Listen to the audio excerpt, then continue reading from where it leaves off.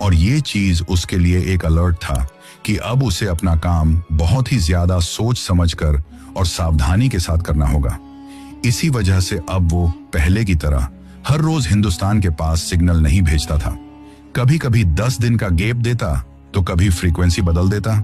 इसके साथ ही उसने सिग्नल भेजने की टाइमिंग भी बदल दी थी।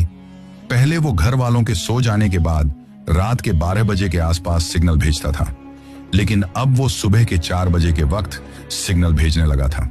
लेकिन इसी दौरान एक प्रॉब्लम और हो जाती है कि कराची पोर्ट के जिस एरिया में आरिफ का घर था, उसी एरिया में ISI ने इनलीगल ट्रांसमिशन ट्रेस करने के लिए मोबाइल मॉनिटरिंग वैन तैनात कर दी थी और वो वैन पूरी रात कराची शहर की अलग अलग गलियों में घूमती रहती थी और रेडियो फ्रीक्वेंसियों को पकड़ने की कोशिश करती थी। इस चीज से आरिफ अच्छी तरीके से ये बात समझ गया था कि अगर उसके द्वारा भेजे जाने वाले सिग्नल कभी भी उस मॉनिटरिंग वैन की फ्रीक्वेंसी में आ गए तो फिर वो अपने आप को नहीं बचा पाएगा। इसी चीज के डर से उसने अगले कई दिनों तक हिंदुस्तान के पास कोई कोड नहीं भेजा।